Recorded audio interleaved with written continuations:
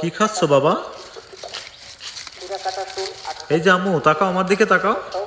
তুমি কি খাচ্ছ? ওটা কি? খত্তা কিনেছো? তুমি যে কেবল আমার কাছ থেকে 10 টাকা নিলে, এটা নিয়ে কি করলে তুমি? খত্তা কিনছে?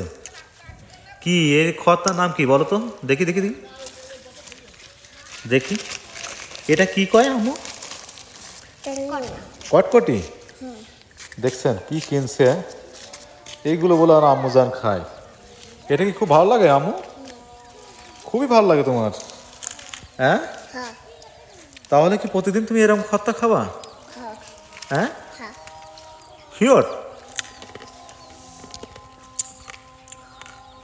তুমি বলে আমার জন্য রান্না করেছো আজকে?